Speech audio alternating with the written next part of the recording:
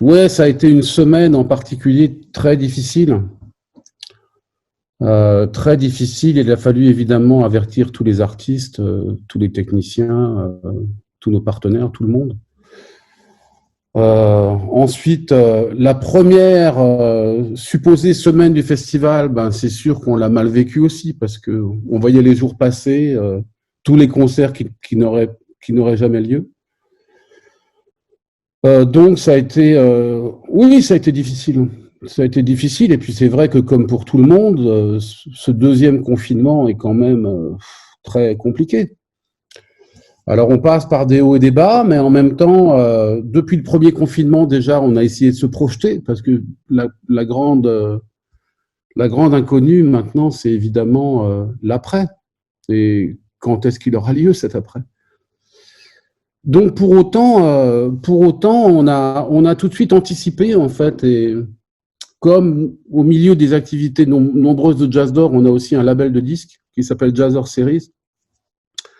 On a finalement tout de suite travaillé à des productions, à des coproductions, et donc on va faire paraître 6 disques courant 2021. Et puis sinon, bah, depuis une petite quinzaine de jours, on essaye de trouver des solutions là où il n'y en a pas beaucoup. D'abord, on a organisé le paiement de tous nos artistes et techniciens, ce qui était le plus important. Ensuite, on a évidemment, on passe beaucoup d'heures au téléphone avec les musiciens de façon générale, bah, pour essayer ensemble de se projeter. Alors on essaye d'imaginer des solutions, entre guillemets, même si, encore une fois, il n'y en a pas tellement, parce que évidemment notre cœur de métier, c'est le spectacle vivant. C'est le concert dans des salles avec du public devant. Voilà. Donc pour nous, d'entrée, dans un premier temps, on a considéré que le streaming sans public n'était pas une solution. Donc on a plutôt opté pour garder le silence pendant un certain temps et essayer de trouver du sens à la suite de nos activités. Donc on travaille en ce moment, on travaille sur des productions et coproductions futures. On va sans doute mettre en place des podcasts, on est en train de travailler là-dessus. Donc, qui permettent de garder le lien avec les musiciens et puis aussi de garder le lien avec le public aussi. Ça nous paraît fondamental. Et du coup, au-delà d'un simple concert retransmis en streaming, là, c'est l'occasion aussi d'échanger avec le musicien, c'est-à-dire d'être à son écoute, tout simplement. Alors, dans ces podcasts, il y aura évidemment un petit peu de musique, mais ça sera surtout des moments de rencontre et d'échange. Ça nous paraît important. On est en train aussi de travailler à une solution intermédiaire avec des vidéos interactives. Là où il y aurait aussi des échanges oraux, aussi un peu de musique en live, évidemment. Enfin bref, on est en train de travailler là-dessus avec un ou deux modérateurs. Enfin voilà, à essayer de rendre ces moments audio et vidéo vivants, en essayant aussi donc de trouver le plus possible de solutions pour que des échanges puissent avoir lieu. On a eu la chance de pouvoir aller en studio avec les musiciens au mois de septembre. C'était à Paris au studio Sextant, avec le violoniste Dominique Pifarelli et son projet Anabasis, qui réunit un septet. Et donc voilà, la musique a été enregistrée, elle va être mixée au mois de décembre. Et donc le disque d'Anabasis sortira donc sur Jazz d'Or Series à la rentrée prochaine. Alors quand je dis la rentrée, c'est celle de septembre, hein. Bon, en clair. Plutôt en ce début d'année, là en 21, donc on va sortir ce très beau solo donc de Grégory Hott qui était en studio au mois d'octobre. Et donc ce solo est une évocation des ailes du désir. Voilà, c'est vraiment un cheminement cinématographique que Grégory a fait là et donc qu'on a accompagné depuis le tout début de ce projet. Et donc cet album, on est vraiment, la musique a été mixée, masterisée, la pochette est prête. On va entrer en fabrication dans les 15 jours, 3 semaines qui viennent. Et donc on va sortir le disque a priori à la mi-janvier. Sinon, nous allons sortir un album de Bedmakers, du groupe d'un saxophoniste qui s'appelle Robin Finker. Donc celui-là devrait sortir. C'est un live enregistré à Berlin en 2018. Et donc il devrait sortir au printemps. On va sortir le quartet américain du pianiste français Benoît Delbecq, donc qui lui a déjà été enregistré en studio. Donc on va voir si on le sort avant l'été ou alors là aussi à l'automne. On va sortir un live à Strasbourg d'un guitariste français qui s'appelle Richard Bonnet. C'est avec le saxophoniste ténor américain Tony Malaby, avec Sylvain Darifourcq, le batteur français, et avec en invité le clarinettiste Louis Clavis. Voilà. Ce concert-là est donc un live qu'on a enregistré à Strasbourg en 2019. Et enfin, ça c'est pas encore complètement fait, mais nous avons un beau live enregistré à la Cité de la Musique en 2017, je crois, que j'espère on pourra sortir aussi en 2021, d'un projet qui s'appelle Double Rainbow et qui rassemble 2 batteurs, Édouard Perrault et Franck Vaillant, et l'immense clarinettiste français Michel Portal. Voilà, donc ça c'est pas encore complètement fait. Mais par contre, les autres sont bel et bien planifiés. Et on verra selon la situation et les mois qui passent. Je veux dire que peut-être qu'on va inscrire déjà au programme peut-être de 22 d'autres sorties sur le label. Mais voilà, en effet, produire et diffuser de la musique enregistrée en ce moment me paraît encore plus sensé que d'habitude. En France, on est encore, heureusement, un peu privilégié grâce au régime de l'intermittence, même si la période pose des questions par rapport à ce régime, hein, puisqu'il n'y a pas de concert, donc comment est-ce qu'on fait des cachets avec cette fameuse deadline qui apparaît à l'été prochain. Voilà. Si la deadline est maintenue à l'été prochain, je crains que beaucoup de musiciens ne voient pas leur droit à l'intermittence renouvelé. En attendant, pour nous, je parlais de coproduction et de production. Je veux dire que on essaie d'être à l'écoute des artistes sur les projets à venir, sur les projets vraisemblablement pour l'automne 21. Peut-être pour l'été 21. Bon, nous, en général, l'été, on ne travaille pas parce qu'on travaille tout le reste du temps.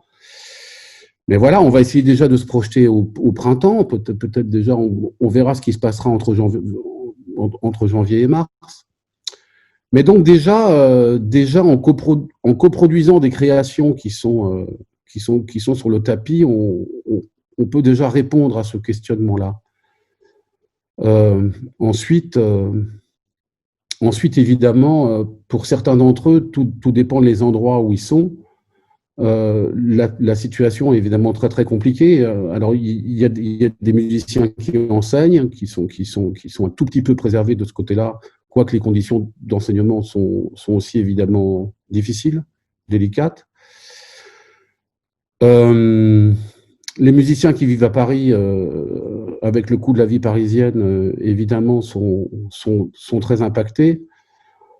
On voit au fur et à mesure, depuis plusieurs mois déjà, des musiciens qui ont quitté la région parisienne, pour ceux qui étaient implantés et qui sont installés dans les régions, là où les loyers sont moins chers, là où la pression est un petit peu moins forte. Voilà.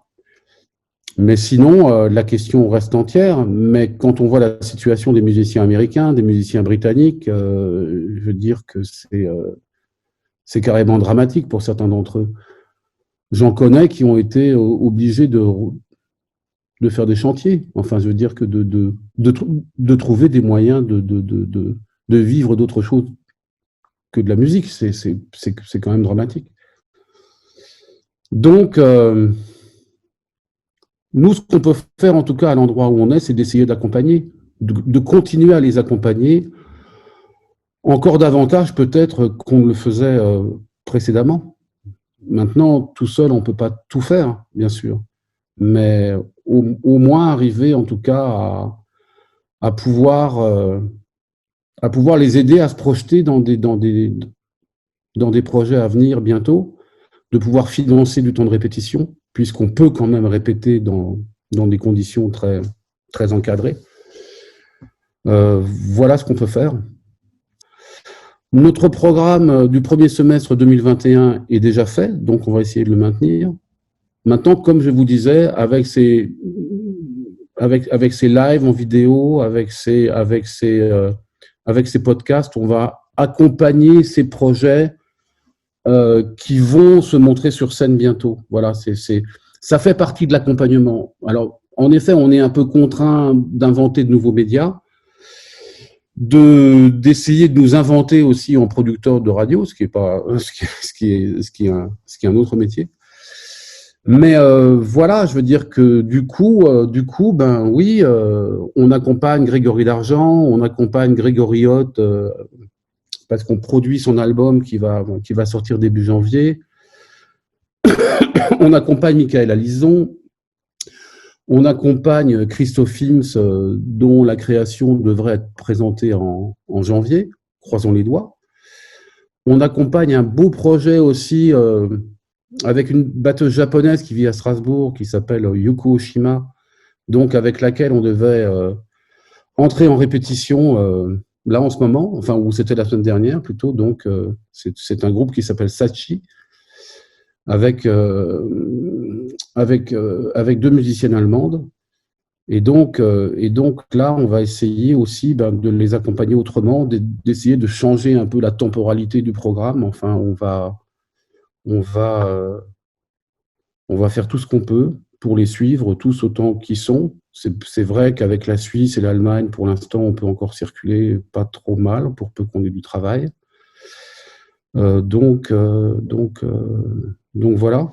Mais en effet, je veux dire que c'est l'occasion là aussi de leur donner la parole à un endroit où on n'a pas toujours forcément l'occasion de les entendre. C'est-à-dire que c'est important de les entendre parler de leur projet, mais aussi du coup de parler de leur quotidien, de la façon dont ils vivent ce confinement, parce que c'est quand même pas très évident dans leur pratique musicale et au-delà, et dans leur pratique sociale, mais comme pour chacun d'entre nous. Mais voilà, il faut garder chez les musiciens et chez les artistes, de façon générale, une espèce de routine quotidienne qui permet de rester dans la musique. Mais pour ça, le plus compliqué, c'est de trouver la motivation. Et donc je sais que pour pas mal d'entre eux, c'est très compliqué parce que quand on ne sait pas quand on va pouvoir se projeter à nouveau, je veux dire que c'est difficile de garder cette rigueur et de garder aussi une souplesse d'esprit, comment dire, une possibilité tout simplement d'être assez perméable à ce qui vient de l'extérieur, la capacité de créer tout simplement, quoi. Je veux dire que tout ça est évidemment difficile, mais il faudrait pas que ça dure encore 6 mois. Mais malheureusement, on ne sait pas du tout quand est-ce que on va pouvoir retrouver la musique et les musiciens sur scène. C'est par le travail qu'on y arrive finalement. Alors, je veux dire que même si pour l'instant le travail qu'on fait est pas très marrant, parce que donc on est en train d'essayer de sauver ce qui est sauvable, c'est-à-dire d'au moins payer les salaires. Pour l'instant, ça nous occupe pas mal parce que c'est quand même compliqué. On est dans les budgets, on est dans les paiements de salaire qu'on va donc effectuer cette semaine. Mais en même temps, si nous n'avons pas de moteur pour nous projeter dans la suite, c'est aussi très compliqué, quoi. On est tout simplement comme tout le monde. Donc, heureusement, sincèrement, qu'on s'est investi d'abord dans la production discographique qui est très chronophage. C'est beaucoup de boulot. Donc, ça donne, ça nous nourrit pour un temps. Voilà, ça nous occupe au sens noble du terme, et là, on a vraiment l'impression d'y trouver du sens.